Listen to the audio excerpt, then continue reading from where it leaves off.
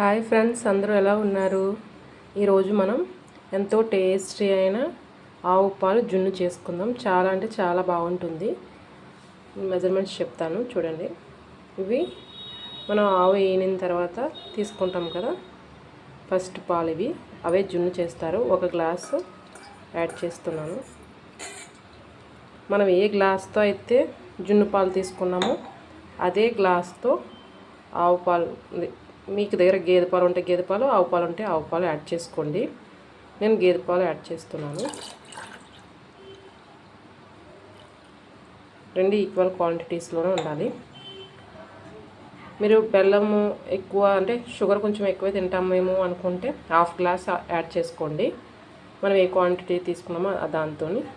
నేనైతే బెల్లం పావు తీసుకుంటున్నాను, ఒక పావు కప్ తీసుకుంటున్నాను. ఇప్పుడు ఇందులో బెల్లం యాడ్ చేసాం కదా, ఈ బెల్లం మొత్తం కరిగేలాగా కలుపుకోవాలి. ఉండలు అసలు ఇందులో ఏమి ఉండకూడదు. పాలలోని బెల్లం అంత బాగా కరిగిపోవాలి. ఇది చాలా బాగుంటుంది. తింటే మళ్ళీ మళ్ళీ చేసుకోవాలనిపిస్తారు. ఇప్పుడు పౌడర్స్ కూడా వస్తున్నాయి, కానీ మన పల్లెటూరు సైడు కంపల్సరీ ఇలాగే చేసుకుంటారు. బాగుంటుంది ఇలా చేసుకుంటే కూడా. ఆవులు, గేదెలు ఇవన్నీ ఉంటాయి కదా.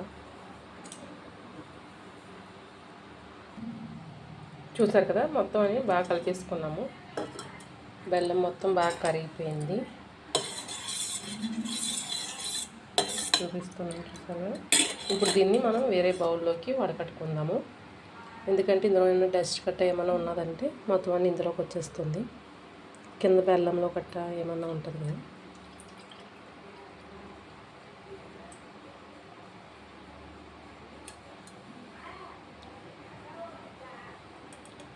డస్ట్లా ఉండిపోయింది, వదిలేయండి. చూడండి ఇందులో వచ్చింది కదా. ఇప్పుడు ఈ పాలలో మిరియాల పొడి 1 స్పూన్,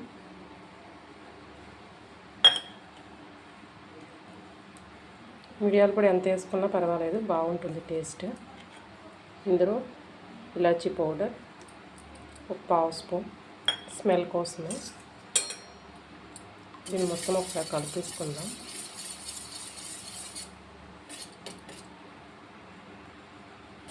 చూసారు కదా, మొత్తం అన్నీ బాగా కలిపేసుకున్నాం కదా. ఇప్పుడు స్టవ్ ఆన్ చేసుకొని ఒక గిన్నె పెట్టుకుందాం. నేను ఆయిగుడో రేకు పెట్టుకున్నాను, మీరు ఏదైనా పెట్టుకోవచ్చు, అది మీ ఆప్షన్. ఇప్పుడు ఇందులో స్టాండ్ పెట్టుకోండి. స్టాండ్ లేని వాళ్ళు ఏదైనా వేస్ట్గా ఉంటుంది కదా, ఒక కటోరీ కానీ ఒక ప్లేట్ కానీ అలా పెట్టుకోండి. పెట్టుకున్న దాని మీద ఇప్పుడు మన జిన్ను పాలు ఉన్నాయి కదా, ఇది మొత్తం ఇలా ఇలా పెట్టుకున్నాం కదా. జిన్ను పాలు ఇలా పెట్టేసుకొని దీనిపైన మూత పెట్టేసుకోవాలి. ఇప్పుడు మళ్ళీ దీనిపైన కూడా ఒక మూత పెట్టాలి.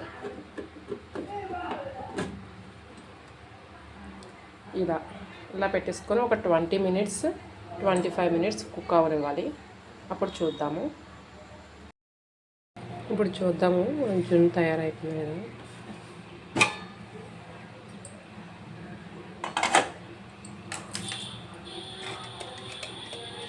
కొంచెం టైట్గా ఉంటుంది కదా. చూడండి బాగా కుక్ అయింది కదా. చాక్ ఇలా పెట్టి తీస్తే అసలు ఏమీ అంటుకోకూడదు. చూడండి కుక్ అయిపోయింది కదా. ఇప్పుడు స్టవ్ ఆఫ్ చేసేసుకుందాం అంతే.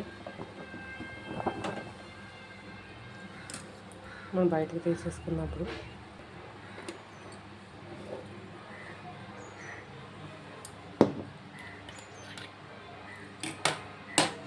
చూసారు కదా.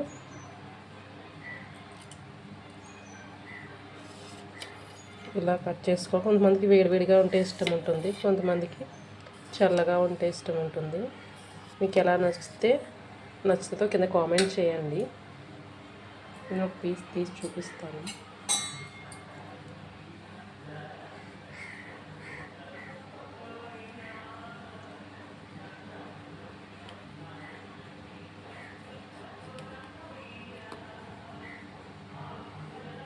చూడండి ఎంత స్మూతీగా వచ్చింది కదా.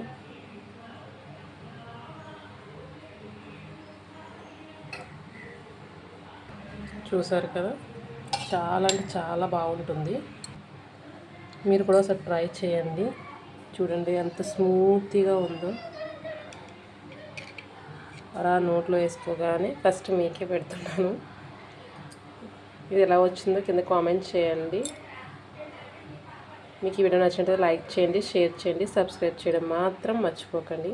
చాలా అంటే చాలా బాగా వచ్చింది కదా.